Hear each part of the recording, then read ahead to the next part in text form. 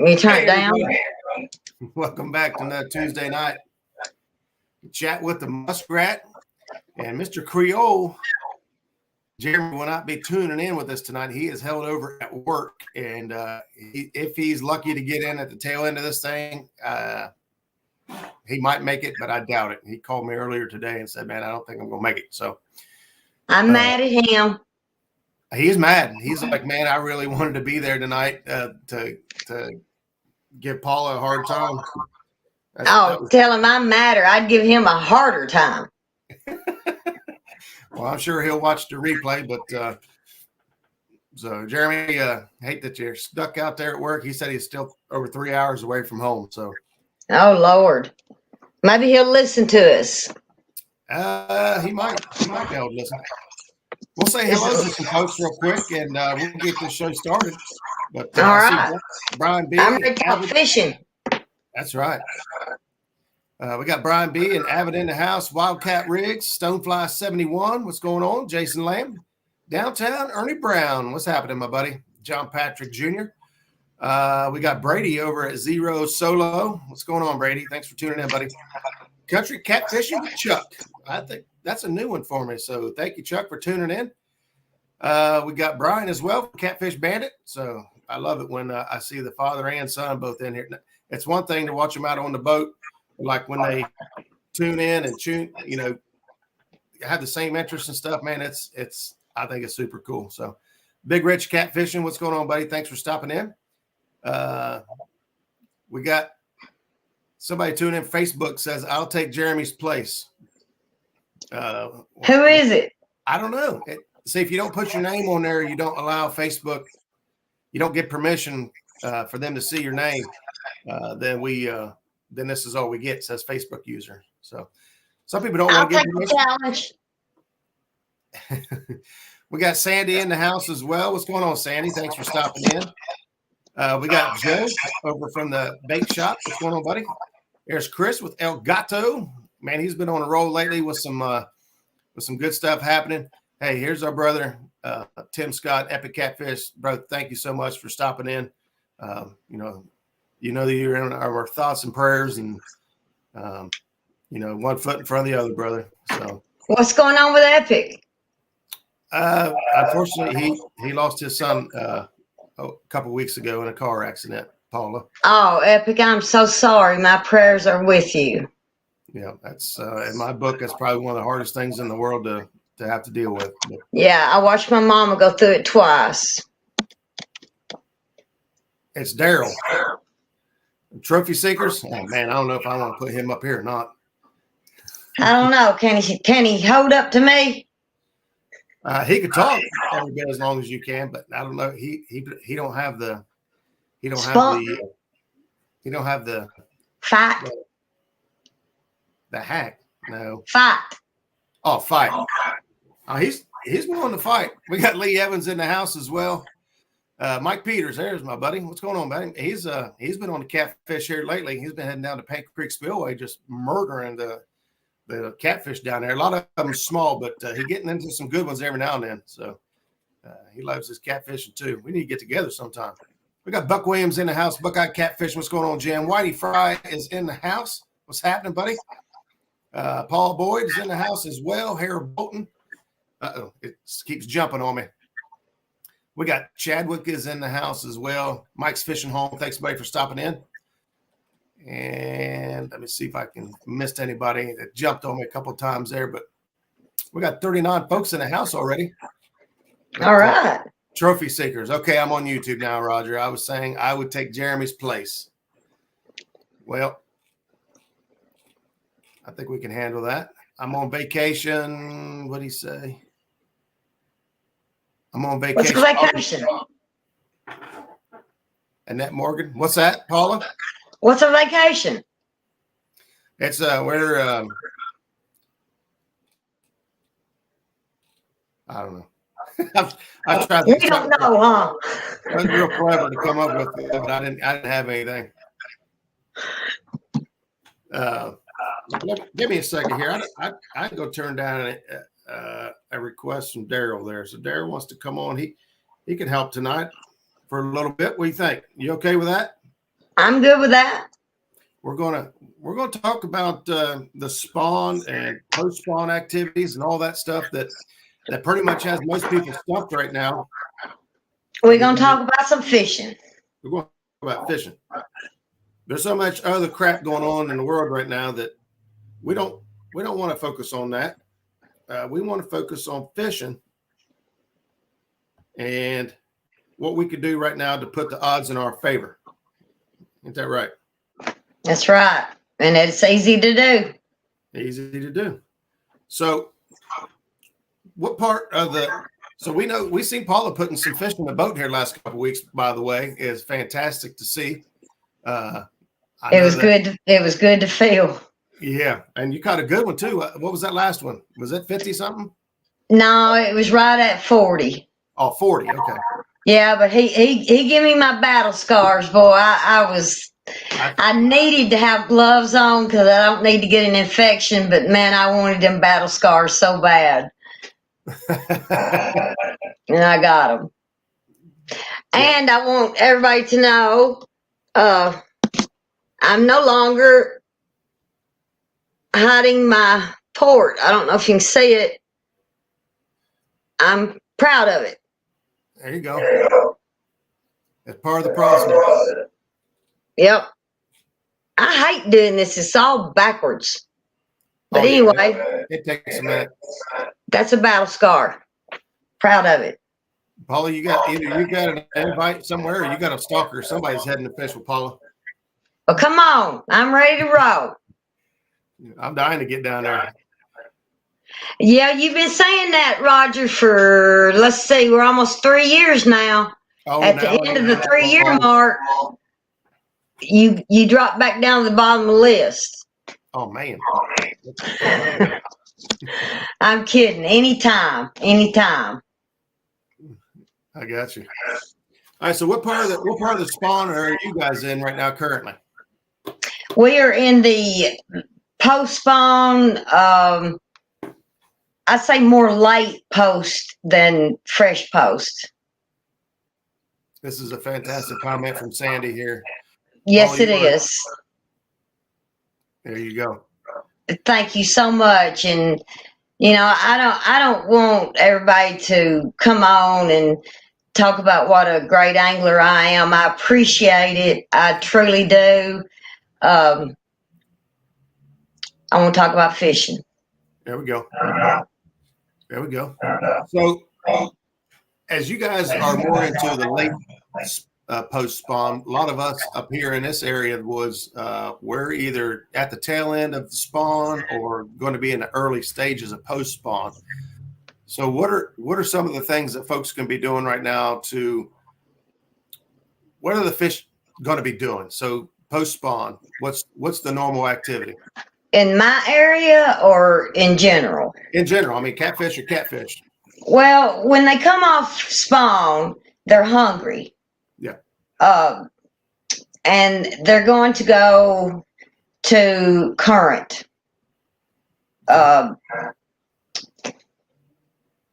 There's more oxygen in the current. Like the Tennessee River, we don't have a lot of current right now. So where I caught that previous fish, we went up river south of we went south, and where the Duck River runs into the Tennessee River, it narrows up. It starts narrowing up from that point. You get to Cuba Landing, you're mostly Tennessee River. So, we went to the narrow point of the river because you got more current flow, more water flow, more oxygenation, and we just drift fished.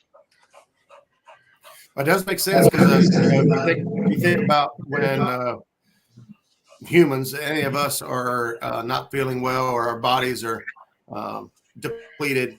Pure oxygen is one of the quickest ways to get us to rejuvenate and to get feeling energetic and feel better. Let me write that down. Hey, what's up, Darryl? Thanks for popping in with us. Hey, Daryl, how are you? I'm grand. How are you, Miss Paula? Roger. I'm doing good. I don't know if they'll be able to handle both of us on here is all I know. I'm going to tell you right now, it could blow up and Roger could be banned from YouTube for life. All right, let's make it happen. Before I go on too far, I want to shout out a couple more folks in chat that I saw tune in. I seen Jerry Parker in chat, Danny Stone, a couple Mississippi River rats down there that we watching on Saturday nights, man. So thanks guys for stopping in. The Fishing by Faith Outdoors, Jeff Barker. Thanks for stopping in, buddy. Daryl, love that shirt, buddy. Did you? I went and put this on just before I came in here. I'm not gonna lie about it. I thought, man, I got to put on something loud. Hey, that's a sharp looking shirt. Look, it matches the mouth. Okay. I put this one on so I could show my port off. There you go. Hey, I had one of those rascals. I had a port, and I also had the pick line too. Whenever I had cancer, so I know all about this. I've been keeping up with you. I don't know if you know that or not, but I've been keeping up with you. Yeah, a lot of people have, and it has truly touched me more than anything I couldn't tell you how much it's touched me. The support most of the catfishing world has given me. Well, Roger being one of them. Yeah, it was a battle to get through it. It is a battle. It is a 24-hour, 7-day-a-week battle, but you can't give up. But I will tell you, I don't know if you read it when I sent it to you on Facebook. The coming out of the port's way easier than the going in. You won't even bother. I hope so, because they didn't put me to sleep putting it in, and they gonna put me to sleep taking it out, or I'm gonna put them to sleep. You won't even feel it coming out. If they don't worry about it. Hey, Keisha. All right, I won't get back and let Roger get the subject going. I'm sorry. Stay with us. I just wanted, I'll stay back here and answer any questions. I just wanted to let you know that port coming out, it'll be fine. Don't worry about it. I had one in for a little over a year, and when they took it out, I was like, way better than going in. I promise you that. Well, thank you for your prayers and your thoughts. I truly appreciate it. Yeah. All right. 731 Catfish says sitting and work listening to the GOAT, Paula Smith.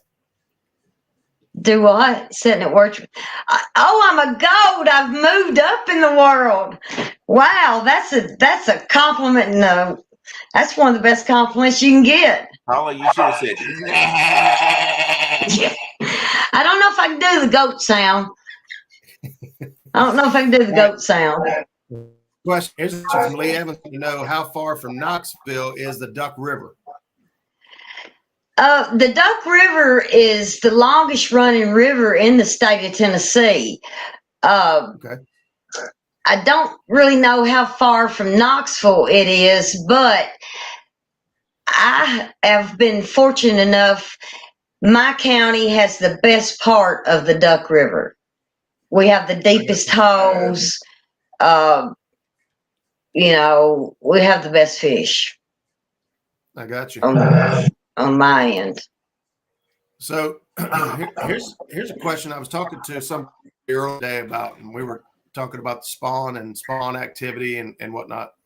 So in my thought process is that the males go make the beds, right? They go make a nest. They find the best nest that they can make. And that's how the female chooses their mate, is based on who has created the best home and for the survival rate of their fish. But don't the females basically go in and lay the eggs and the males take care of the rest? They tend to the eggs, they fertilize the eggs, and they guard the eggs. Yeah. The female goes in, she lays the eggs, and she's out of there. And I don't know if a lot of people know this, but all these scars and stuff you see on the males, a lot of it is from fighting off other fish, but a lot of it also is they fan the water to keep the aeration for the fish, the babies to hatch, have fresh oxygenated water, and that causes a lot of scarring. Okay, so here's my question then. If the females basically just show up, lay the eggs and move right out, why aren't the females actively feeding throughout the entire spawn? It seems like all activity. They are. They are. So 50% of the fish are not feeding, but the other 50 are. I mean, it seems like most people just struggle. It's like, this is spawn. I can't catch anything. I mean, we still go That's fishing. why you're not catching them, because you give up. They are. Right. They are out there. You just have half as many to catch. You just got to look for them. You got to put your time in. You got to look for them. Yeah, that's the conversation I was having with somebody earlier today and yesterday as well. It's like only 50% of the fish are really tied on. The females have done their business and they're out. They should be active. They're there. The fish I caught, I don't know if it was last week or week before, it was a female. Hey, Paula, got smacked down catfishing in the house tonight. All right. I tell you what, I'm glad he's on here. I have, of course, I did some research to back up some stuff. Some stuff is just my personal opinion, but I wanted to give Stacey Gaston a huge shout out, because when my cancer started, me and Stacey didn't know each other that well, other than through Facebook and whatnot. Stacey prayed for me, prayed with me, talked to me, supported me, and I don't think you can find a better person. In my book, Stacey Gaston is right up there at the best. I agree with that comment. I've swapped over to SmackDown on my boat, and I've been a fan of everything those guys have been doing over there. And yeah, Stacey's a top-notch guy. I'm gonna start putting some SmackDown stuff on my boat. My choice. I just I like the looks of a lot of things that he makes, and I just he's a good soul. He's a good soul. I'll say this from a personal experience and from what I feel customers and consumers are base some of their opinion or a lot of their opinion on is I better best to spend my money with a company or a person that I feel represents the community and represents. I like what they stand for. They care for you. Right. Somebody can have a fantastic product, but if their values and their goals and stuff are just not aligned with what mine are and the conservation and the community and whatnot, I'm not going to spend my money there. There's so many great products. We have so many options. Right. And I'm not going to bash anybody. Everybody, most everybody has good products. One thing that,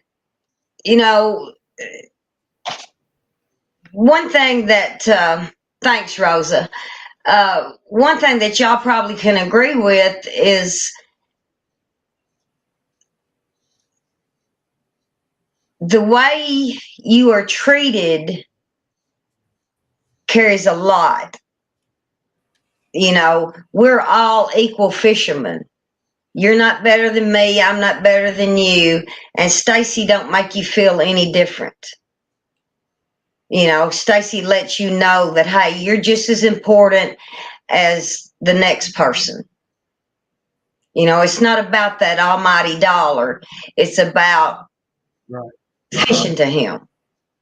We may not agree, but we all love the same thing and try to do the same stuff. Right. We learn from each other. And I will say this too: there are some really great guys out there that's putting out catfish stuff that really care about the catfish community. I mean, there's, like I said, Stacey, and you've got Uncle Lou, you've got, so many.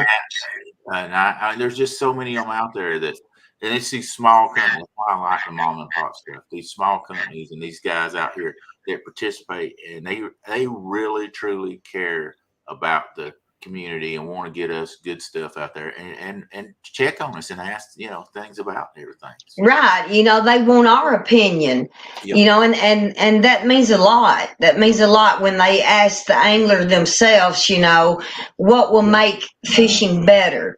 And they take, some of our opinions and then they tweak it a little bit and hey, we got a product out there. Bob, you need to put me somewhere with your vacation Bible school.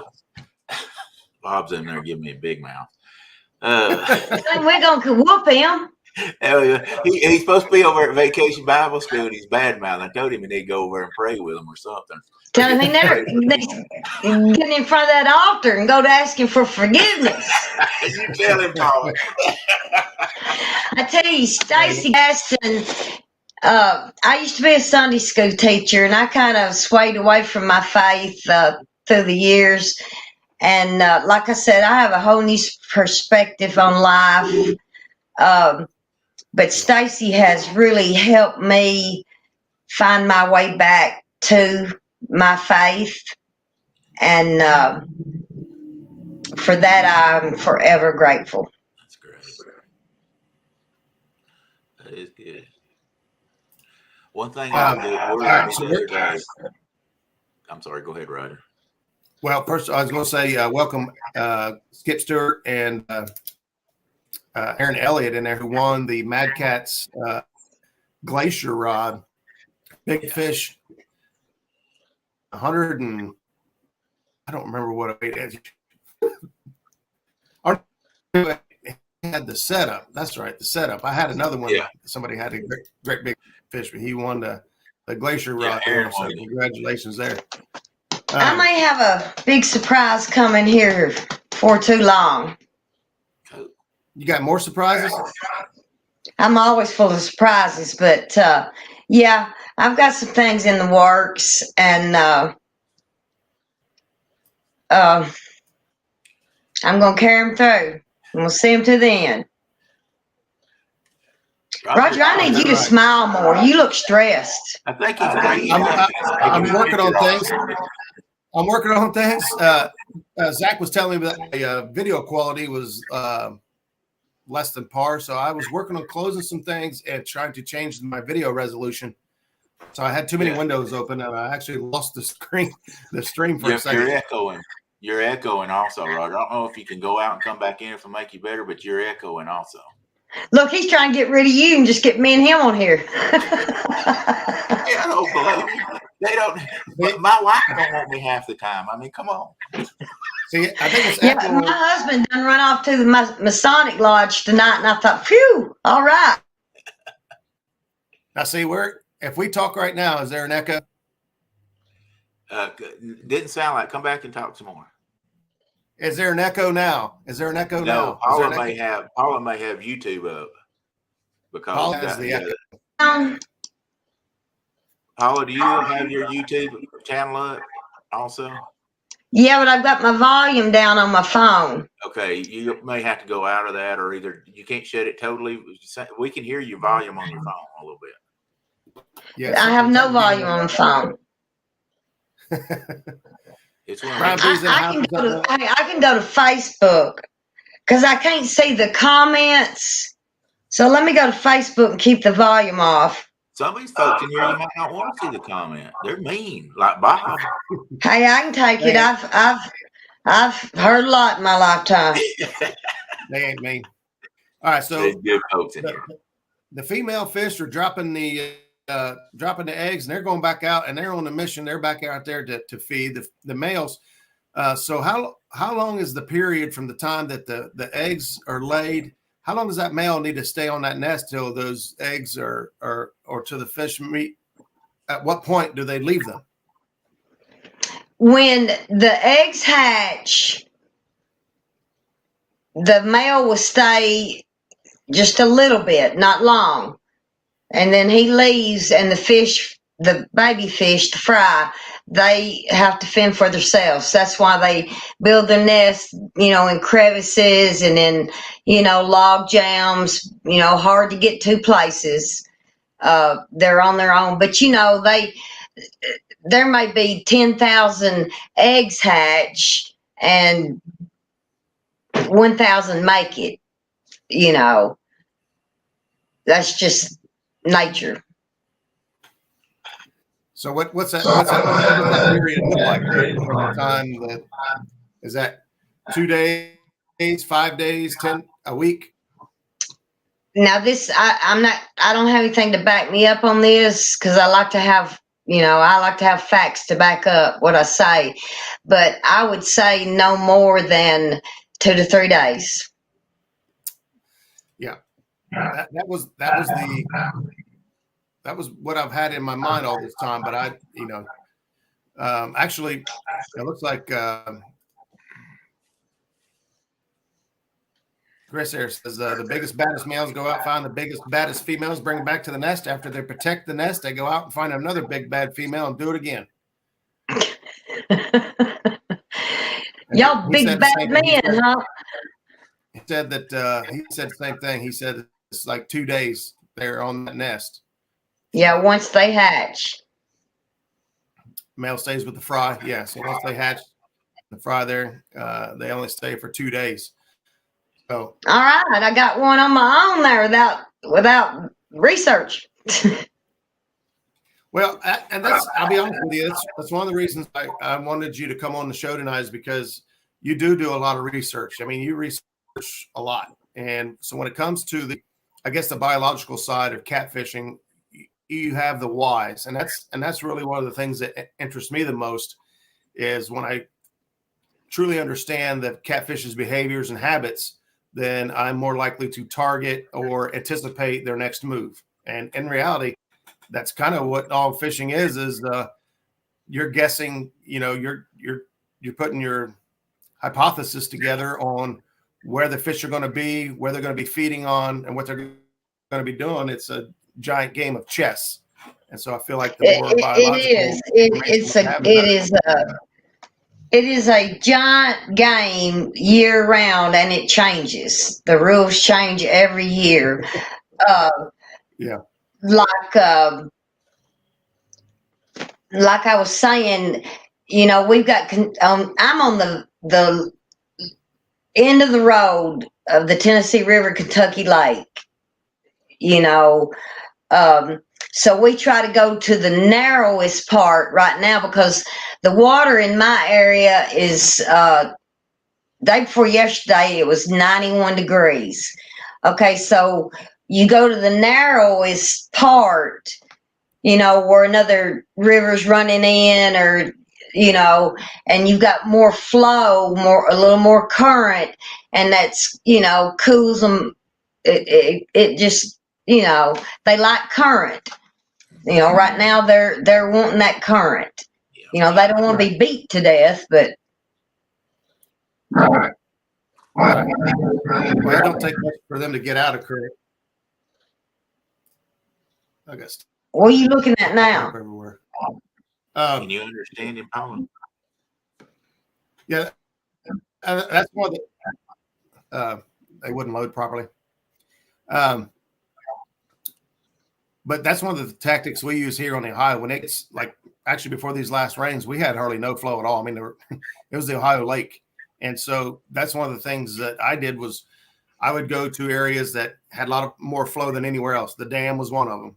Anywhere that the river pinched down and got narrow and then flow picked up, things like that. Right. And, and those seem to be of course, areas our closest dam is Pickwick. And if you don't have a dam to get to, just go to your narrowest parts of your river in the bends. And, you're going to catch the fish. You just got to be patient. If what you're doing ain't working, try something else. Right now, I try to stay off the rope. Some of your best bites at this point, postpone, is mostly late, an hour before sunset, hour after sunrise. Blue cats especially, they like to get on flats during the middle of the day. And then, like, you know, you got your ledges, and when it's that golden hour to go feed, they go off on them ledges and get deeper. You know, you got to follow the bait. You follow the bait, you find the fish. That's So, I lost my train of thought. Yeah, for us, you know, suspend drifting and whatnot is usually our preferred method of fishing this time of year, just covering water. Now, what about bait choice? This time of year, you do go back to bigger baits because they're wanting to feed and they got to recuperate from the spawn, or they want soft baits because their mouths are tore up, or is there a preference or a method to the madness when it comes to bait selection? it just depends. You know, it depends on what body of water you're fishing. I caught the 40-pounder on about a half each piece of frozen skipjack. I didn't want to use frozen. My bait of choice is gizzard shad, because they bleed good. You want to use live bait, and you definitely want to try to have fresh bait. You know, but frozen bait, if that's all you got, frozen bait will work.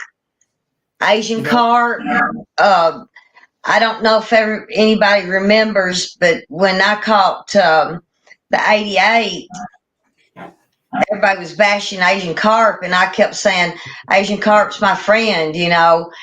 In the summertime, Asian carp, I always would say, that's a excellent bait in the heat of the summer. Well, now there's a bait company that just sells Asian carp. Yeah. Somebody took my daggum idea. There you go. You could be rich, Paula. No, I'm never going to be rich. I'm going to be in debt. I'm going to be paying doctor bills. But that's all right. I'm going to be breathing. Yeah, I got you there. So here then is a question. So we know that at what age do blue cats reach sexual maturity? Because I think I know the answer, but I'm going to confirm it. Around 5 years. Yeah, that's what is it 5? I thought it was 8, but maybe it is 5. 5 years. 5 years also. Yeah. 5 years. And I hate seeing, I know people love to eat fish. I mean, I eat fish not like I used to, because, you know, I'm a big catch and release. If I catch a little one, I want to release him because I want him to grow huge, monstrous. But it takes a flathead so long to grow and get big. I hate seeing people keep flatheads even at 10 pounds, because it takes them so much longer to, you know, reach maturity. We're in Georgia. They do that here down here. They keep all the flatheads down in Georgia. Hey guys, Mike Adams is he's with Southern Woods and Waters out of Nashville, Tennessee, Channel 5, and he fished the Sea Arc tournament with me. Mike Adams is another top-notch guy. He just recently moved to Wilson, Alabama, and I'm thinking about moving in with him. But, you know, I've always loved to use the head, but it just depends on what they're after. They may be after small bites. They may be after big. You know, you always hear the myth, the bigger the bait, the bigger the fish. You know, sometimes they don't want big baits. We had a head out that day, you know, and he went for the smallest, or she went for, I call them all hymns. She went for the smallest bait. And I mean, she rammed it hard. She hit it so hard that I thought the pole on my side of the boat was hit, and just happened to look over to Ken, and my pole, that pole, it was my pole. All poles are my poles. That pole was buried. Of course, I jump up, elbow him, you know, and grab the pole and start reeling. But I didn't elbow him. If anybody don't believe all poles are hers, there's a few videos you can watch where she's getting on to him for wanting to come help her on a pole. Even no, I got it. I'm so independent, you know. I Just want to get do the it. net ready. Just get the net ready. Yeah, I want to do it myself. You know, I want to prove to myself that I can do this. You know. Most people say, But, "Well, has it got your name on it?" Miss Paula says, "Yeah, it's got my name on it." Yeah, it's got my name on it. I don't see Ken's name on it nowhere. No, Roger, you need to hear the bark because I guarantee you don't want to bite because the bark's bad. The only thing Ken does that really irritates me on the boat, and he don't mean to, because Ken's a very, very knowledgeable. I've learned a lot from that man, and he has been by my side every step of the way. But if we're videoing, you can hear him. He's trying to tell me how to fish, and I'm trying to give him the exorcist look, you know, like, shut up, I know what I'm doing, you know. I'm fixing to whop you backhanded with the pole. Don't make me look stupid while I'm on video is what you're trying But to he don't realize he's doing it, you know, but I'm thinking, I know how to do what I'm doing, Ken. Just hush it. I'm the same way. If you watch some of my videos, somebody's reeling in rods. I don't care if it's Woody or any of them. I'll do the same thing. I can't help myself. I'm trying to coach. We're all trying to work together. Yeah, Becca, you're right. Ken thinks that everything should have a free ride. I could have killed him that day. That snake just come swimming for us, you know. And I said, Ken, is that a cottonmouth? He said, no, it's a rat snake. I said, he's not getting on my boat. And he said, he's just tired. I said, well, he shouldn't have took off swimming if he couldn't make it to the other side. I mean, my gosh. You didn't take that snake to raise, huh? No, yeah. I didn't. And then I don't know if y'all seen last weekend. I forget what I was doing, but there was a rattlesnake right beside my carport. I was out at Loretta Lynn's working, and he picks the rattlesnake up and sets it out in the freaking field. I would have run the house over, set it on fire, you know, to kill this rattlesnake. And, you know, I shouldn't be that way, but they're serpents. They're the devil. You know, the carport's a little too close to home. And then 2 days later, she shows one that's not going to get it, that Ken's not going to go put out in the field. Yeah, I done that on purpose. I've done that so on purpose. She's a hoot, I swear. Her Facebook's funny to watch. We just friends, and I laugh at her Facebook all the time. It's like, Ken won't get this one. Yeah, I said, Ken ain't gonna get this, the poor fella. I'm like, oh my God. I bet he's got all kind of patience. He's got to. You know, I think that's what makes me and Ken work is, you know, we're so different. Ken has a dry personality, and I just love to laugh and enjoy life. I laugh watching your videos because I'll just sit back and laugh. You getting on Ken, and he's just like, okay. Lord, you are here when the video ain't on. Whew. Oh my goodness, it's funny. He got mad at me one day. He said, I am not going to video you getting on plane. I said, Ken, this is a biography I'm making. I need you to video me getting on plane. He said, I'm not doing it. And I thought, okay, I'll get you back before the night's out. So, but Ken knows a lot. Ken's a very, very smart man. Yeah. Guys, if y'all haven't watched any of her videos, y'all just need to go watch them and just to have fun watching them. I enjoy them. Well, I don't want them on a boat no more. You what? You do what? I'm sorry. I don't want them on the boat no more. Now that I know that I can, you know, be on the boat. Of course, I double dosed on my therapy the last time, and it really hit me hard. And I'm gonna double dose the next time.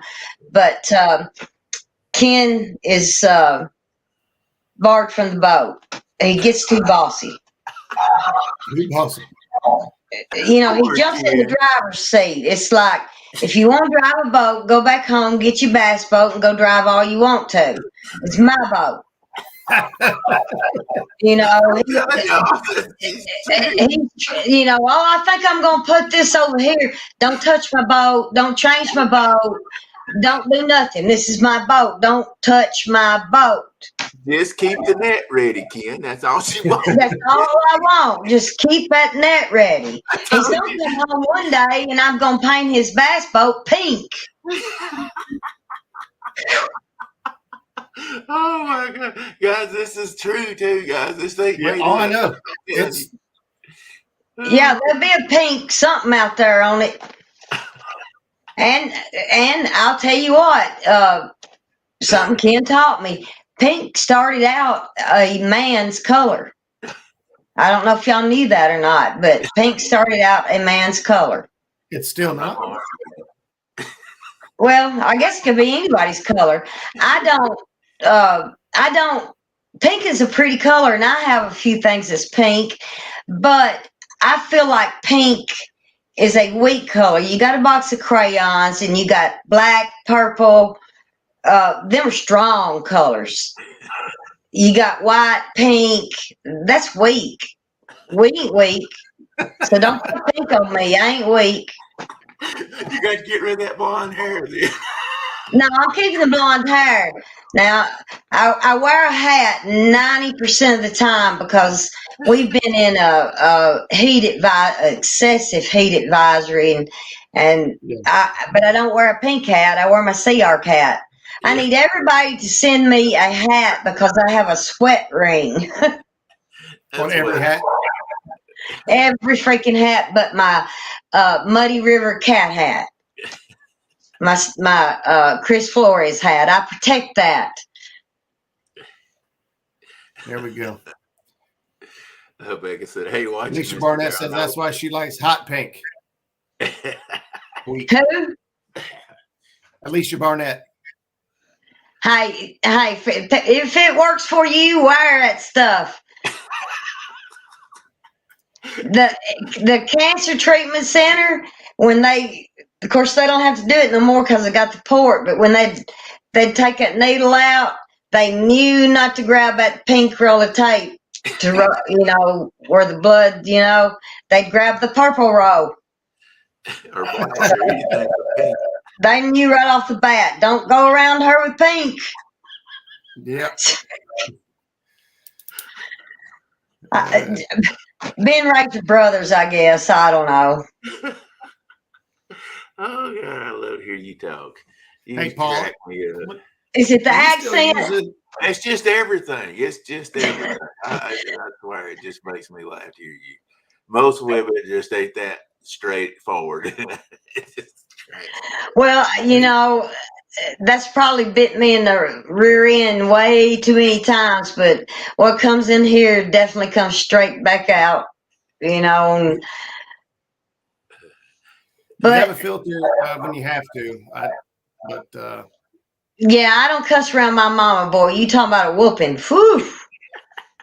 She'll still whoop you, huh? Oh man, God almighty, she could outrun all four of us right now, and if we had a racehorse, she'd be ahead of us. Well, that's what's wrong with the kids nowadays. They ain't afraid of shit. Mom and dad can't touch them. Nobody can do nothing. They ain't afraid of nobody. Right. My mama used to make us. Now my daddy, bless his soul, and he was my world. He never laid a hand on me. He would carry me off in the back bedroom, and he'd take his belt and he'd do like this, and he'd slap that bed, and of course I'd scream like he was hitting me, and we'd get away with it every time. But Mom would make us go out on the end of the porch and get her own switch, and you better get the good switch, because if you didn't and she come back with a switch, you don't want that switch. And man, we'd run around in circles. Oh Lord! But she taught us right. I bet you didn't run from her either, did you? When it was time to get a whooping. No. I was scared to run from my daddy because I knew if I ran, it was going to be 10 times worse. No, I didn't. You couldn't outrun Mama. If it wasn't a switch, it was. She'd tell all three. I had two brothers. She'd say, "Go to the garden, pick a row, and start pulling weeds." And of course, 9 out of 10, I mean, 7 days a week, we were picking weeds because we was in trouble for something. We'd bite the baseball and he'd break a window out, go to the garden, pull weeds. Hey, We got I'm a going to piece get of back on fuel track out here the for a minute. tank one time, go to the garden, pull weeds. Paul, you But said I'm something a proud of minute my ago wife. I bet that you got didn't my have a attention. small garden. Paul, you said I'm something that I proud of don't my hear wife. most people say, and that's somebody that's on the Tennessee River that has skipjack available to them most of the year. And you said you prefer gizzard shad. Well, see, in my area, skipjack is not prevalent because we don't have TVA anymore. Now, when they drain the refuge, it drains into the Tennessee River, and the skipjack come running. You go to Pickwick, there's a dam. You've got skipjack, but in my area, you don't have the skipjack. You've got gizzard shad. You've got bluegill. Y'all, people call them sunfish, perch. I call them bluegill, Asian carp. One of the things you're going to start seeing the catfish start eating, and it's going to make it harder on us anglers, is they're going to start eating mussels, zebra mussels. And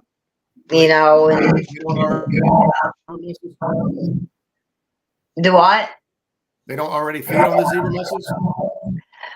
Mostly they feed on the zebra mussels in the summertime. Oh, okay. I got you. In the summertime. I do have a few shout outs, and then I'll quit shouting out. I do want to shout out to all my sponsors. Kevin Parks, he sponsors me on my planer boards, and all my sponsors have been good to me.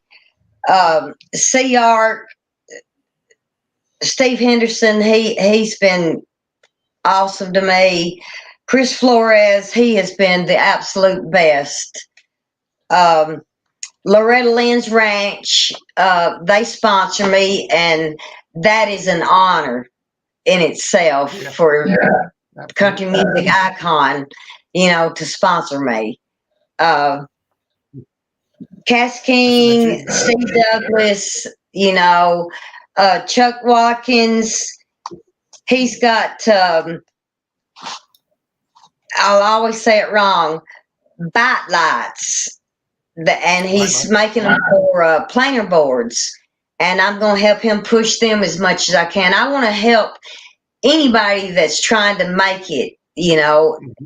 Everybody can make planer boards, sinkers, whatnot,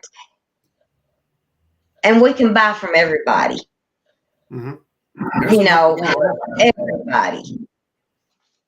Let's don't be greedy. Let's help the whole fishing community. There you go. Richard Federley, I want to thank him and Keisha Hirsch. They have went far more than just about anybody. I could call them right now and say, I need you, and they would be here in 2 hours. Anything, they would help me in any way possible. Mitchell Swanson, he is our, I say our, but he's really mine. He runs the tugboat in my area, and he's always keeping an eye out on me, especially if I'm out there by myself. And I'm taking him and his daughter fishing Wednesday or Thursday, and she's just tickled to death, and I am too, because I love to see these kids, want to go fishing. And I hope that they can get a good experience, because if they get a good experience, they'll stick with it. you know. That's what we did yesterday. I took a boy out that had never caught a blue cat, and he wanted to catch a blue cat yesterday. So we was able to we didn't catch a lot of fish yesterday, but we did. I'll try to pull it up here. We did get him on that one there. All right, that's a good one. We were live yesterday. We were dragging baits on Hoover Reservoir, which it's actually the first time I've been to Hoover this year. If you guys remember our streams from last year, I Hoover a lot. Just on where what is that, about a 25, 30? Yeah, it's 25, 30 or 13, something like that. And so I just haven't been able to make it up there very often. Gas prices. It's been a rough year. It's tough. Yeah, it's really, it's hard on everybody. The economy, this cancer, it's really put a big dent in mine and Ken's, traveling on our fishing.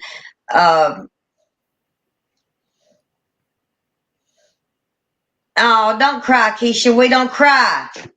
That's right. That goes with the pink. We don't cry either. But my main, I'm trying to do a lot with my grandchildren in case this goes south, and if it does, I'm okay because I have made my peace with my God, and I'm trying to save. I would love to take them to the mountains for something that they would remember in case I don't, make it. And so I'm trying to save for that, and I'll save for it. I don't know if y'all seen my swings I've been making out of cedar and my Anaconda chairs. Yeah, those are awesome. Yeah, and I'm making them. Can you believe that? I think they're awesome. So I'm hoping I can get enough sold and give them a couple of good days in the mountains that they'll always remember. And but you're going to see a lot more fishing out of me. All you're going to see is grandkids and fishing and building. I'm into this building big time. That's one of the things. Ken said, "Get away from that table saw. You'll cut your hand off." I said, "Oh my God." He said, "Have you got to go to town or anything?" Yeah. Like I've never run a table saw. I know how to run the router, the table saw, the band saw.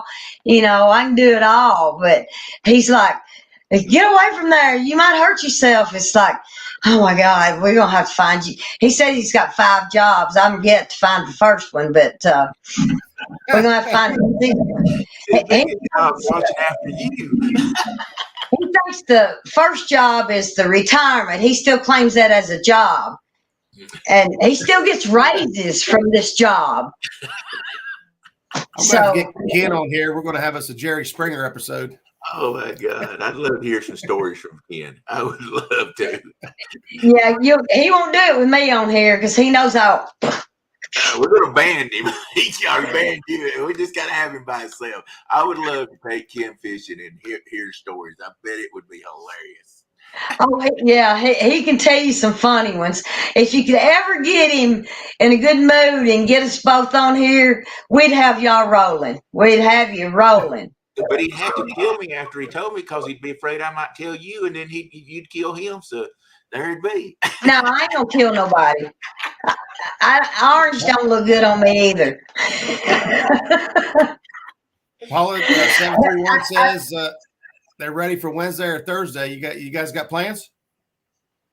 Paula, what now? Repeat that. On the screen there says 731. Paula, we love you, girl. We are ready for Wednesday or Thursday. Yeah, I'll be out there Wednesday or Thursday with Mitchell Swanson and his daughter, and I hope to put her on a good, decent fish. Yeah, that's, and here's the way I see it. If you can get these kids hooked on catfishing, they can't afford to do any of the bad, stupid stuff because that's expensive. Yeah, You don't have no money right. left over to do anything else. All the money's gonna go on fishing. I'm telling you what, that fishing is expensive. Yeah. We put high dollar gas in the boat and the cheapest gas they got in my truck. That don't make no sense, does it? Well, when I first got straight. catfishing, I thought I was getting into something that was cheaper than bass fishing. That was No. I've got more catfishing rods than I ever had bass fishing rods. I don't think I can ever own enough catfishing rods. You got your bumping rod, and then you got your free lining rod, and you got your favorite rod. Yeah, and then you got some, like I've still got my ugly sticks if I'm going a place where it's not going to be. I've still got them. Yeah, because I don't, if I'm not going to catch, if I'm in a place that's not going to catch as big a fish, I want to use my ugly stick because I like to feel the fight. I mean, yeah, and there's nothing wrong with ugly sticks. You don't have to. And I'm not bashing no product. You don't have to take and splatter paint all over a fishing pole and it catch a bigger fish. Get a pole that's comfortable for you. My 72-pound flathead came on an ugly stick. My 88 come on I don't even know what it is. It's a off-brand, but it's in there retired. I promise. I can't let the cat out of the bag, but I'm in the process of maybe coming out with another rod and a few other products. I don't know. I might not do as well. And again, I ain't selling my swings, so I may have to mount one on the boat and swing. There you go. I can push Ken till he flips out. Just make sure he don't have the net in his hand when he goes out. He is the net. Yeah, I can't lose my net. Hey, Paul, 731 is Mitchell Swanson. Well, see, Mitchell's local, and I have so much respect for him because he watches out for me. Like if I fall off the boat and he can see it, I guarantee you he'll swim as hard as he can to come get me. And I love everybody in fishing. Most everybody. I don't like the ones that think that they're better than just because they've got more money or and when I get my life started, I'm strictly going to be talking about fishing and what do you know about fishing? One thing people need to understand is don't get on there and brag that, I can quit my job now because, fishing can pay the rest of my way. No, it can't. You're going to hit a dry spell. It goes in cycles. People are going to get tight with their money. If you don't know how to raise a garden, you're going to starve to death here in the next year or two. And by the way, anybody need any cucumbers, corn? What else have I got? Watermelons, pumpkins, cantaloupe. Did I say squash? Not yet. No. I got plenty of it. Just come down here and I will pick it for you. But I'm not going to be able to can this year. It's I'm trying to conserve what energy I have left in the fishing. Fishing boat is fixing to be on the water more than, going to the doctor. That's a great goal to have. We're looking forward to seeing it. You only have a few. And I'm going to try to do better about, I get so excited when I'm out there because I'm not out there really to make this YouTube channel that's going to get 10 billion likes.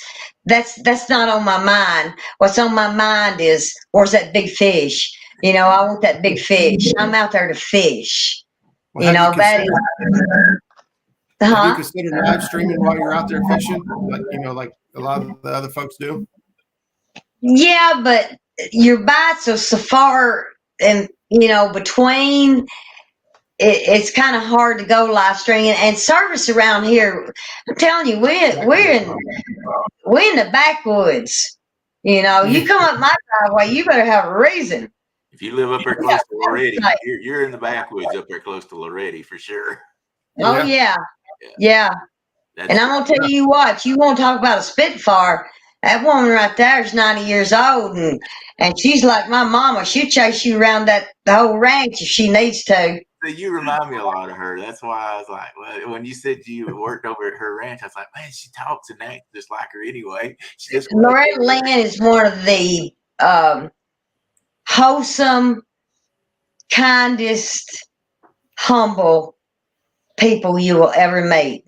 It's a beautiful place over there too. Beautiful. Oh yeah, it's beautiful. We're getting ready for motocross. Yeah.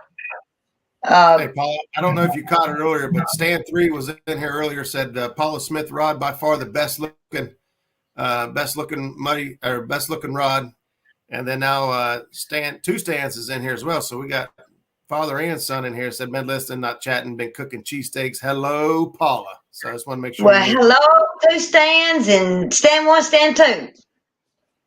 They just had both. I got both to had talk birthdays. to you guys because I watched one of your lives, and which one's they're both fathers, but is it Stan 1? Stan 2 is the father of Stan 3. And Stan 3 is a new father. Yeah.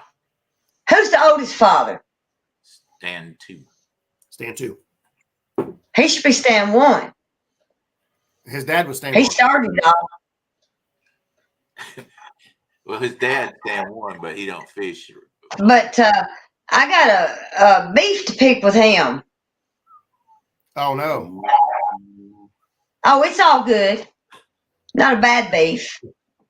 I have not an enemy in the world. I have... I can't say that. Like I said, I see life in a whole new perspective. I got up this morning. I had 2 5-gallon buckets full of cucumbers and cherry tomatoes and squash, and I carried them out the truck and looked out in the field, and there was 5 deer crossing the field. And I thought, well, it's time to buy corn. Of course, I'll try to hide it from the game more than can, but... Yeah. Come to Georgia. It's legal for have corn in Georgia. It's legal in Kentucky, I just want to watch them. I ain't trying to shoot them right now. I'll try to shoot them in August, November. But right now, I just want to feed them, fatten them up. There you go. Oh, it's not even legal to do that in Tennessee. It's legal as long as you don't hunt them in Georgia. Or you cannot hunt over bait. You have to be 250 feet away. And not be able to see it too. Yeah. Right. That's the way it used to be in Georgia, and they just legalized it a few years ago. I told Ken the year he was retiring, I said, Ken, I'm going to call the day you retire, I'm calling co-op, and I'm going to tell him bring me one of them fertilizer trucks full of corn, and I'm going to pour it in front of my trail cam where I hunt, and I'm going to sit on top of that pile of corn, and I'm going to wipe every deer we got out. He said, I'm going to turn you in. I said, no, you won't. He said, yeah, I will. And he would. He definitely would. We see some of your deer back here in the background holding up. It makes a great rod holder, the deer racks. Yeah. This is, my fishing room is full. So I've kind of ventured on into the game warden office. He's retired, so he don't need this room. I need it. So yeah, I'm starting to put my hats and my rod, and but all these have been found on our property. So, and of course, we're under a drought, and we're not going to have an acorn crop this year. So we need to be feeding them deer corn. They got to eat. Stan says his dad was Stan One. He passed away a few years back, but he started all of us with all the outdoor stuff. Yep. So there's That's my daddy started us outdoors. You know, and my son, he's an avid hunter. He's probably as hooked on fishing or hunting as I am fishing. But he told me one day, he said, Mama, I don't give two bleeps about your fishing. You know, and I understand that. I understand that. He ain't into that. But now his two sons, the oldest is 11. He likes to fish, but the 6-year-old, have y'all ever seen a 6-year-old get on a boat and stay all day long in the sun and not complain? Only thing he complained about was, can I catch something else? So he's going to be my fisherman. He's going to be my fisherman. Woody's son, he loves fishing. Yeah, and I love to see that in this young generation, and I'm glad that we've got enough of us. I'm gonna call y'all old. I'm semi young. I'm honest. I'm old as dirt, but I'm glad to see us get them involved. They like it. Yeah. Yeah, you guys all know how I feel about kids and fishing. So yeah, it's easy to get them hooked on that fishing. Start them out with bluegill, you know, carry them to the creek. Start them out with something that they can catch. You know, I cannot wait till Jace, my youngest, he's 6. I'm gonna put him on a catfish this year. That's 5 to 10 pounds. To him, that's gonna be 50 pounds, and I can't wait to see that. Can't wait. And I'm gonna make him reel it in. I may have to hold the tip of the rod up for him, but he'll reel her in. He reeled in an alligator turtle. He run to the front of the boat afterwards, but I don't blame him. I was right behind him. It looked like Stan, or it looked like Jeremy when he cut the shark. They want to get that thing out of the boat quick. Heck yeah. If I caught a shark, I'd be walking on water. I have a 5-year-old nephew that we take with him, and he's caught a 25-pounder. And all I do is hold the butt of the rod and let it. I make him reel it all the way in whenever he done it, and he loved it. They can't hold the rod, but at least they can. We let him crank it in, and that's on the river too with current. The more you let them do, or the more they think they're doing, the more they get interested. Now my 11-year-old, he'll go in there and sit in that living room and talk to Ken about space and about asteroids and Mars. And, I'm like, come on, Jace, let's go outside and make mud or dig worms, but the 11-year-old, he's going to be a biologist, scientist, I don't know. But I'm proud of both of them. He'll be a game warden locking up grandma. Huh? He'll be a game warden and be locking up grandma. Grandma probably won't be around by then, but you don't know. No, I'm gonna live to be 114. There you go. I've said that since I was a kid. I'm gonna be around. I'm gonna tell you something. Cancer ain't got nothing on me. I'm fixing to whoop it. I'm fixing to show it who's boss. There you go. With the help of God. That's what we want to hear. And don't get me wrong. I have days. Yesterday, I hurt so bad I cried all the way home because that chemo and stuff that they put in me, it makes your bones hurt, and it's unbearable. But you just try to flip it around, you try to twist it on it, like, that's all right. I can handle this. I can handle this. Are they giving you red chemo? That's a red. Give me what? The chemo they're giving you, some of it red colored. I got 3 different types. The red is. No, all mine's been clear. Okay. The red is really bad. Now that double dose I took, I think it's been 2 weeks ago. Man, it knocked me for a loop. They had to walk me, lead me to the truck, and then Ken had to walk me into the house. Yeah. And they might not double dose me again, but I'm going to tell them, no, I'm not leaving unless I get a double dose. There you go. Either way, I've got 8 more months of treatments. Yeah. I'd rather do it once a month. And I went to work the next day. It was hard, but I feel like the more I push myself, the harder and stronger I'll get. Yeah. Mentally and physically. I drink a lot of Gatorade. That helps build me back up after I get the medicine. I don't know if you've tried that or not, but Gatorade helps. I can't stand Gatorade. I can't stand water. I can't stand Kool-Aid.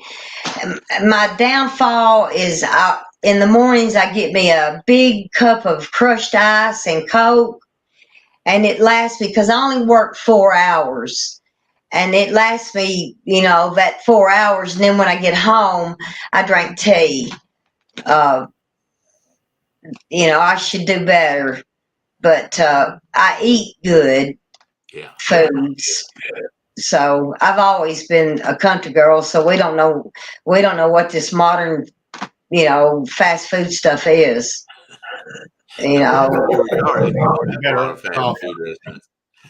Huh? I said, way out there where you're at, you don't have a lot of fast food restaurants. We got a McDonald's and a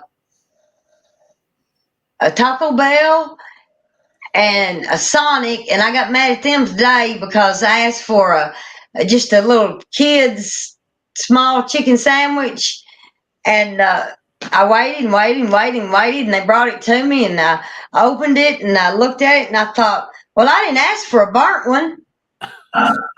They could have had it 3 minutes earlier if they hadn't burned it, wouldn't they? Yeah, I should have pushed that red button and said, I didn't know you made them burnt. Did they come in 3 kinds? Burnt, medium, and rare? Original or extra crispy? That's don't you know? Yeah. There you go. Yeah, but I'm about burnt out on that chicken. I tell you. But if y'all ever get the opportunity to watch Southern Woods and Water, they're a great show. They're on Channel 5 News, and they cover a lot of the kids bass fishing, high school bass fishing, and they cover me a lot. They're a good group of people. They try to help kids tremendously. They're also they fish a lot at Pickwick. I'd like to make another announcement. I talked to Peel and Drag this afternoon, and we're fixing to get back on the boat together and fish the next Pickwick tournament. So I'm excited about that. There you go. I'm excited about that. How far is Pickwick I don't have to elbow him. He has to elbow me. How far is Pickwick for you? I am really in a good location because I can get to Pickwick in about an hour and 45, 2 hours. I can get to Wheeler, hour 45, 2 hours. I'm in a perfect location. I can get to Taylorsville in a couple of hours. So, and then I can get back here where I caught the 88. I can get there in about 3 minutes. The creek runs through, Big Richlands run through our property, and it comes out in the bay, and then where it drops off the ledge into the Tennessee, that's where I got the 88. So, that's something else. People have to learn to stop spot fishing. Just cause I haven't been fishing where I caught that 88 probably in a year. You've got to go to different areas. You've got to learn to fish different conditions. There's so much to learn, and if you just research it, you actually surprise yourself because you love what you're reading. About the gizzard shad, about redfin, just everything. I mean, I've probably got 5. You'd call me a hoarder of stuff I print off just to read. I've got stuff here that I printed off. Hot weather.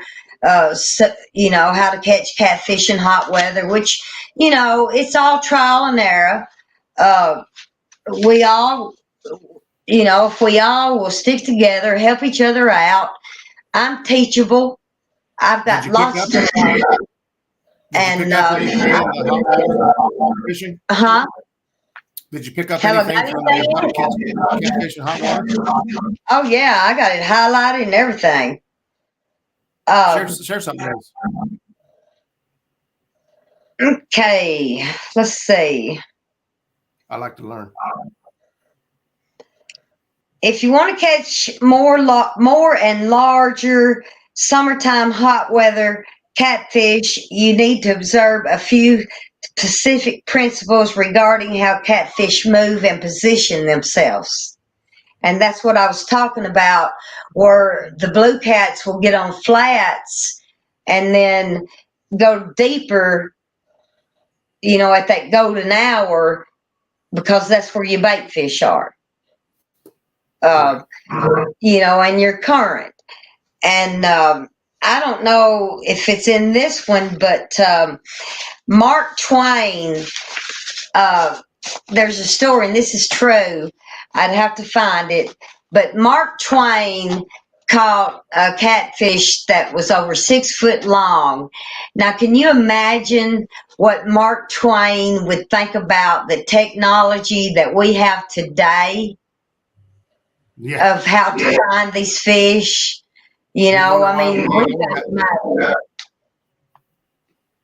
they'd wonder why we only got giant fish under our belt. Yeah, we've got it made, but there's lots of things.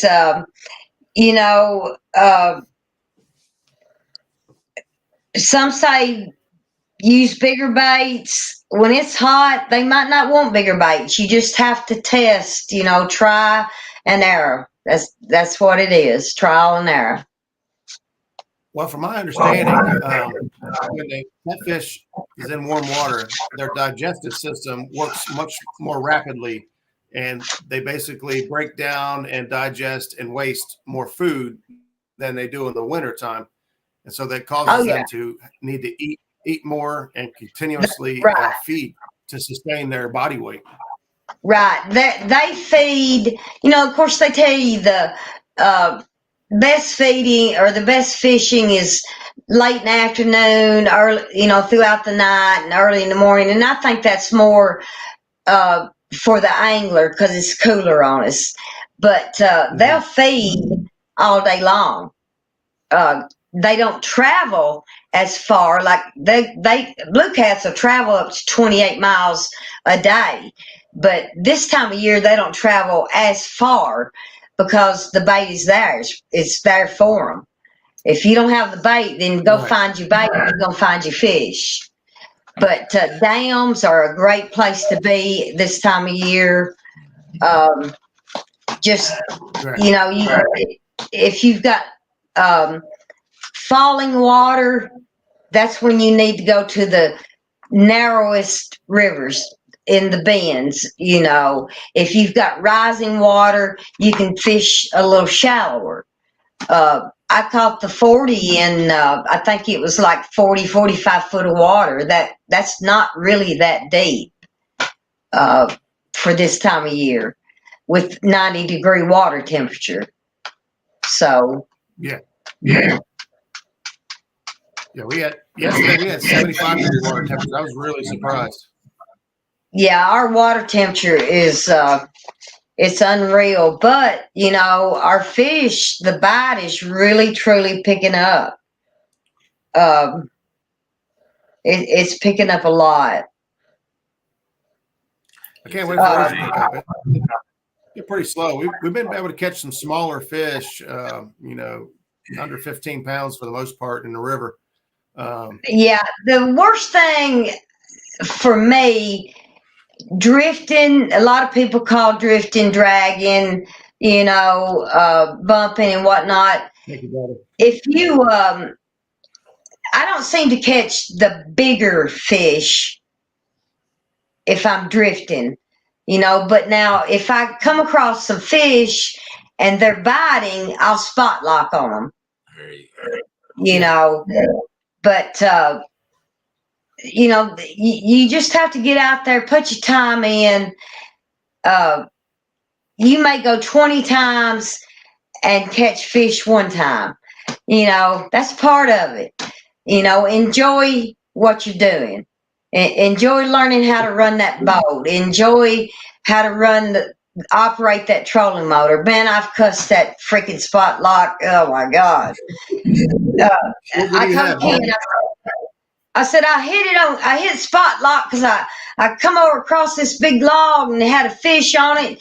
And I said, I went backwards. He said, well, Paula, it's because when you hit the spot lock, you hit it before I was still going forward. So it was going to back up to where you hit it. And I thought, well, what an ignorant fool I feel like, so I won't be telling him no more stories about spot lock. But one time I did. What kind of trolling motor do you have? He asked me that today, Ultrex. Okay. And I've got my hummingbird hooked up to it so I can watch the fish from the front, and then my Lowrance, I watch the fish from the back. I want to see fish everywhere. So you have it facing backwards, the Lowrance facing forward then? No, the Lowrance is right in front of my steering wheel. And the hummingbird is on the side. We've got it mounted on the side because I want to be able to turn it wherever I'm at. I want to see where, what's going on. I want to see if I'm drifting, I want to see my lines. My bait, my line. I want to see if I need to go up, down, or whatever. Yep. So yeah, because you can definitely watch your bait. It's awesome to see, especially when you're suspended and you watch those fish come up and check your bait out, and then go back down. And you're like, come on! Why didn't you take it? What's the deal here? So they're just not. They're not hungry. They're not active. They're just checking it out. I'm not crazy about using bluegill. I know you've got that swimming, you fish for them live, you've got that swimming action, but I'd rather have that gizzard shad because, man, they bleed good. They bleed so good, and they leave such a scent. I may have to leave. You just blew his mind. He's on bluegill. Now, hey, you can cut up them bluegill. That's what I do. Yeah, I cut them up. But they don't bleed enough for me. Man. I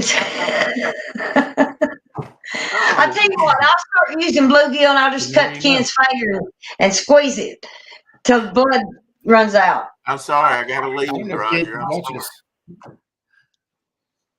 Oh, I'm so sorry. Delete this for evidence. I am. Eric, bluegill. I catch so many big fish with bluegill where I'm at. And I use them, but we have caught more flatheads on cut bait than live bait. But you know what, Paula? I say it's what you have confidence in. Also, has a lot more to do with it. I mean, as long as you use a fish that's native to that area, I feel like I'm more confident in. And we've got lots to skip that. But I'm more confident in the bluegill, and I catch a lot of flatheads. I'm in an area that's more known for its blues, but Roger can tell you I've caught a lot of flatheads out there. And I think it's because I use a lot of bluegill. Yeah, we haven't seen flatheads as prevalent this year as we have in the past. It's because you're not using bluegill. No, I think it's because there's so many limb lines, trot lines, and I don't care. They can come arrest me tonight. Ken's got handcuffs somewhere. I cut every limb line, trot line. I don't believe in them. If you can't go out there with the rod and reel and catch a fish, what's the point? What is the point? You know, if you're gonna have a fish Gotta fry, delete this after we're done. you know, the No back. evidence. I guess what really gets me on it is they leave their limb line and the hook. That's true. You know, and that's uncalled for. That's just irresponsible fishing. it's That's not really so much. irresponsible. Yeah. You know, and if we're going to teach our children, you know, the correct, responsible way to conserve and whatnot, then let's don't leave this for them. Let's don't be sloppy anglers. Yeah. You know, let's be good ones. In my opinion, Daryl, I know you're talking about catching a lot of flatheads on that cut bluegill, and in my opinion, it's not so much that it's bluegill. I think it's more so fact that it's fresh. You know, Epic taught us that flatheads feed a lot on the electromagnetic or the electricity basically through the nervous system of the fish, and that fish can continuously have that electrical pulses through their skin or through their flesh for up to They're like an hour. open tongue. Yeah, for like an hour to 2 hours after they're killed, and you know you are using fresh bait. I don't know that it would even really matter what bait it is, but you're using fresh bait, which is more important, I believe, than what the bait is that it is super fresh. And I think that is, in my opinion, that's a lot to do with why you're so successful, especially with the flathead. But I don't have that. Yeah, but I don't have that success with the skipjack if I catch them fresh either with the flatheads. I don't know. I feel like where I'm at, the flatheads like the bluegill better.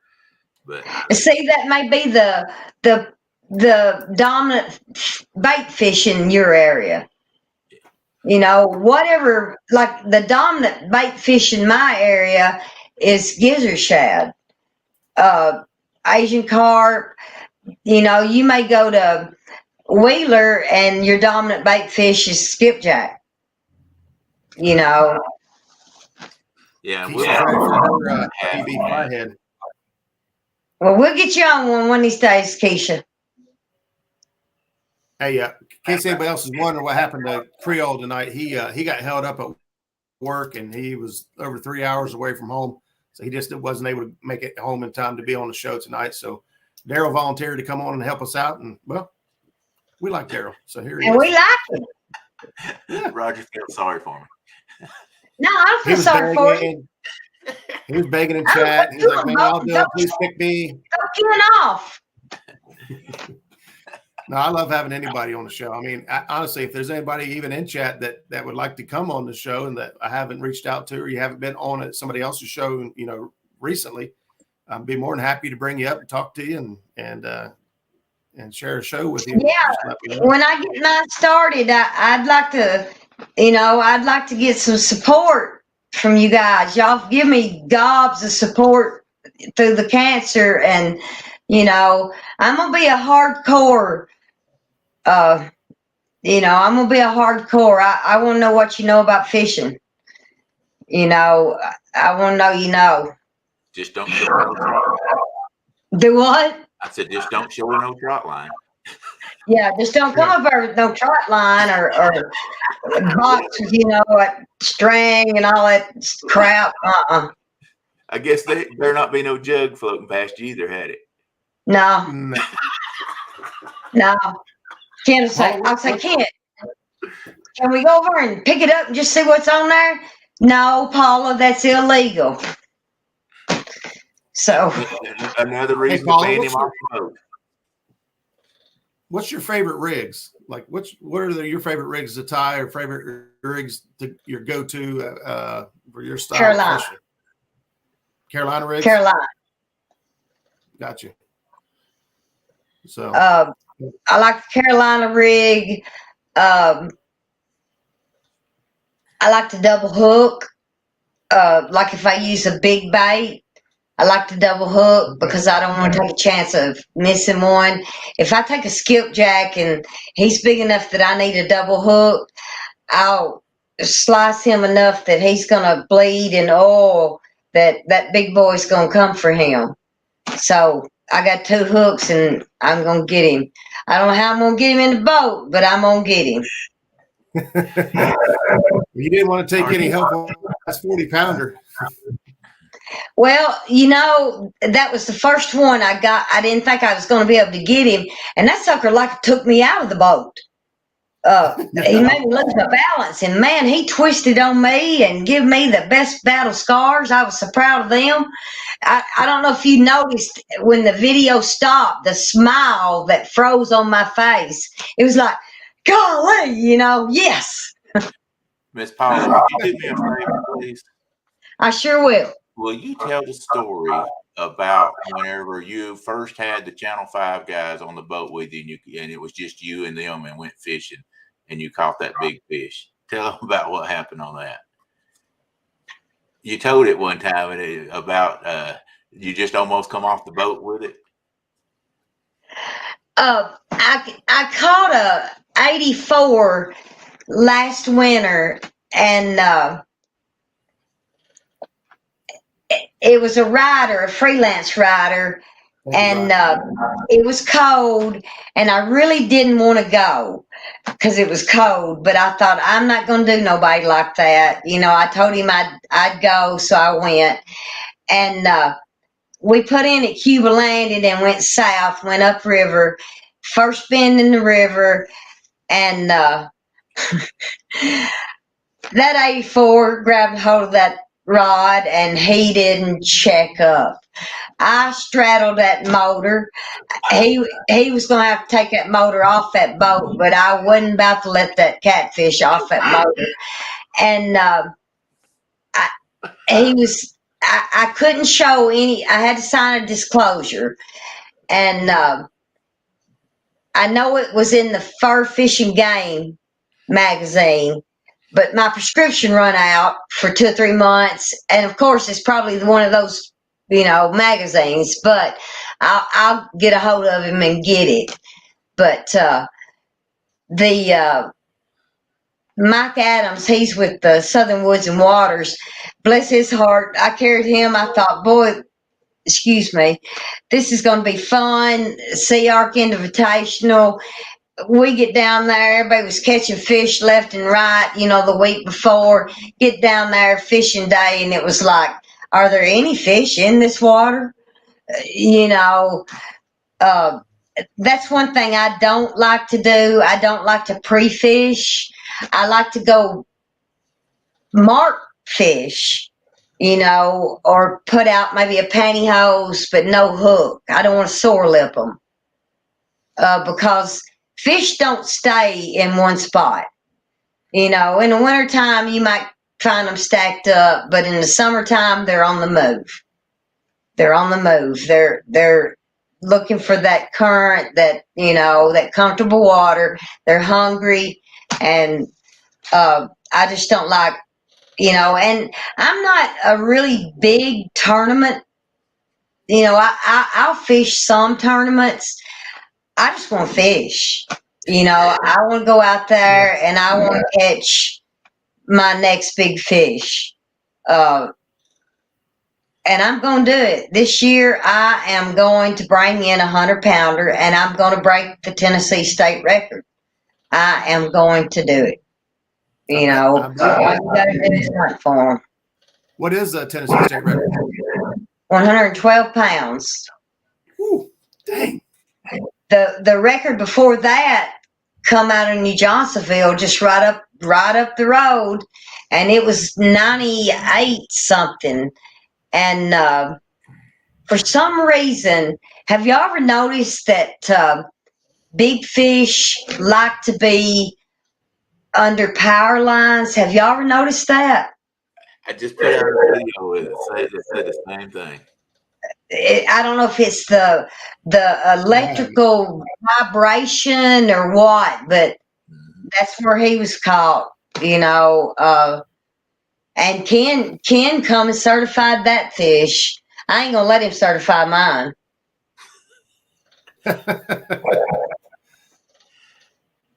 Yeah, the video I just put out, I said the same thing on it. That fish, I feel like, I don't know if that's that electric current or whatever. I think it's that vibration, you know. And I'll tell you something else that everybody, you know, some people may think it's a myth. I personally don't touch my bait and put it on my hook, especially if you have touched your Old Spice underarm deodorant, or you know what I'm saying. I don't want no scent on my bait except that bait. Yeah. You know, that's just me, and I'm weird. You might open the box on something here. Stan says they have a spot that they call power lines. Daryl just got done talking about power lines, and I've never noticed it or paid enough attention to it. Maybe it's something I'm overlooking, but I can tell you this: next power line you go under, see what you can see. When I caught my 78, you go back and watch that live when we were fishing below Nickajack Dam. Every time we got below, I just thought it was coincidence, but I'm thinking back now. Every time we got underneath the power lines on Nickajack, we caught fish. Every time. Here come the power lines. This is where it gets hot. Get ready. Boom. See there?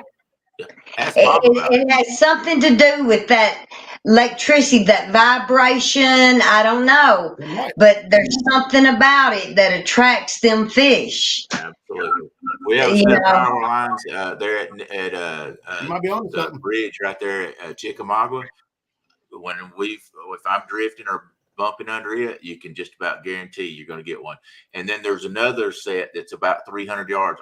That's what I do. I drift from the dam underneath those power lines all the way down to the next set of power lines, because I mean, if you can just about. Do you make you drift down and then go back up and come on back and do it again? Especially if you, I do too. Yeah, and if I see the fish, I'm going to keep drifting the same area. They're biting. I'm a drifting it. Yeah. And and we free line with chicken if we're wanting to catch like eaters and stuff like that. Ours, and you can tell when you get to the power line, it's like, get ready, here it comes. Here it comes. Here it comes. Yeah. So. Yeah. There is. That's the way it is for bobcat bumping down there. Yeah. There's. We all have family, you know, parents, children, grandchildren. There's that love. This is how I line it up. There's that love, and then there's fishing. Yeah. You know, and I don't know why, but it's on my mind 24. I'm at work thinking about my next fishing trip. I feel like I'm at home on the Tennessee River. I've said that a lot of times. When I'm on the Tennessee River, I feel like I'm at home. And yeah, G-Style, we ain't going to talk about that. Now, you need to delete that and go on. What did it say?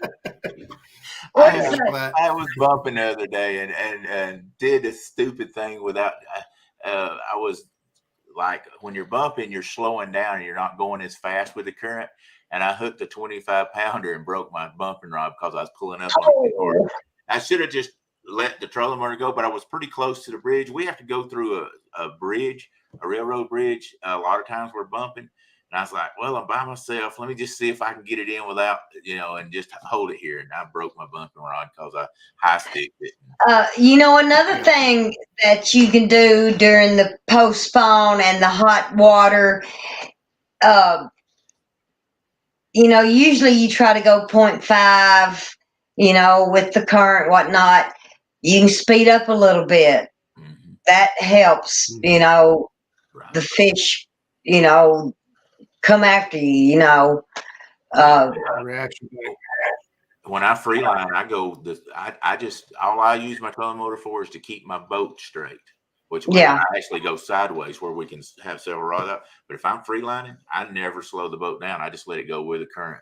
And that's sometimes if we got strong current, but we've not had, for some reason, TVA has controlled our has just shut our current down this year. Yeah. You know, at night sometimes it'll pick back up, Yes, but ma'am. they've also changed our summer pool water level. They've dropped it a foot. So from now on, instead of it being 358 or 359, it's going to be a foot lower from now on. You know, I mean, who does TBA think they are? Well, You know, they telling us to turn our lights out, don't wash your clothes till dark. Well, I gotta go to work in the morning. I can't wait to midnight to wash my clothes. So when the president of TVA turns his lights out, I'll turn mine out. there you go. Yeah, You know, last week we was under an air quality alert, and it said don't get gas until after 8 p.m. Don't do this and don't do that. Yeah, none of that's happening. I guarantee it. exactly. You know, you're under a burn ban, and we're under a drought, so we were under a burn ban. But fireworks was going off everywhere, and you're thinking, okay, you know. Now we just got a arsonist that was arrested a couple of days ago that burnt down 8 buildings, and you're thinking, what do we need a burn ban for? We had an arsonist. You know, Yeah. people are getting bad. Yeah, I heard about that.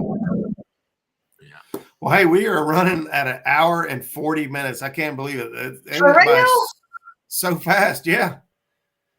See, Yeah. I always have a good time when I'm at your show, Roger. That's because this is where it's at. This is where all the cool people hang out. Yeah, that's right. That's And we right. like to talk, And to talk about you're the about greatest. fishing. You're the We like greatest. to talk And about fishing. We like to hear Paula Smith talk. You know, Paula, you take the whole woman equation out of it. You're a great angler. You know your stuff. You catch good fish. I appreciate that. You spend a lot of time I research. have strived for that. Not that I want that title. I've strived for that. Take the male, female. Just I've strived to be called a good angler. You know, And you are, and it's and there nobody can take that from you. You've proven yourself over time. Like I said, you know, take the female part out of it, which in my opinion, I think is great. I think we need more female anglers out there. I love that you're a good role model for other females who are maybe shy to get on camera or feel that it's a man's sport, and it's definitely not. no. I think if we take male and female, we take everything out. Just look at people for who they are and what they're capable of. And everybody needs to keep in mind we are all equal. Yep. We, all you know, born naked. huh? We was all born naked the same way. And we're gonna go. Well, I was gonna say we was gonna go out naked, but I don't know about that. I don't know about all that. I don't know about all that. But we Yeah, all I was thinking today. I was thinking, how are they gonna put my boat in that 6-foot grave? Because Ken ain't getting it. But you know, each one of us are great anglers in our own way, and we can learn from each other. Yeah. And that don't mean we're stealing each other's way. You know, we're helping each other. You know, so all this bashing and, you know, let's cut this out. Our world is in an ugly place. So let's help each other. Let's grow this sport to be what it should be and can be. Absolutely. You know, I'm going to be out there 5 years from now trying to beat my old state record. So y'all want to be on the boat with me? You're welcome to be there. There you go. And anybody's welcome to come down and fish anytime. Anytime. I got a spare bedroom. I got a couch. We can make mats in the floor. But There we go. I love fish.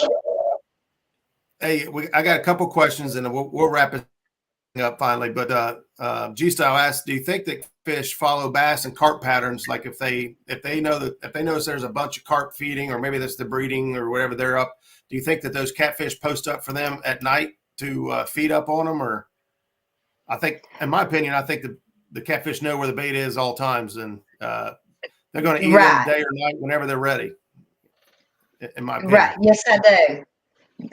That's their goal. That's their world. That's their food. Do you know where your food is? It's in the refrigerator. You see what I'm saying? So you know where your food is. And that catfish knows where his food is. And our job is to find out where the bait is so we can find the fish. Hey, Jimmy. That's right. I feel the same way. I think they all know, where they're at, what they're doing at all times. They know more about the bait fish patterns than we do. We're trying to learn the bait fish patterns so we know where the fish are, because they already know. Yeah. Find your bait, you're going to find your fish. There you go. Well, guys, it has been an honor and it's been fun tonight hanging out with you. Next week, we got Ryan Bortz. Ryan Bortz is going to be on with us next week. Oh, my Lord. You're going to have to chime me in on Ryan. There we go. But I want to leave you guys with this here real quick, just to put that in the back of your mind. We got a challenge coming up here. And so I want to make sure that Lord of mercy. What a sight.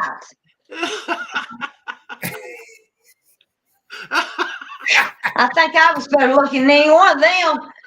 That makes me feel better. I agree with that. I just had to put that in there real quick, just to get a little poke in there. Thank you for having me, Roger. I love being on your show. I appreciate everybody's support. I appreciate everybody. Love every one of you.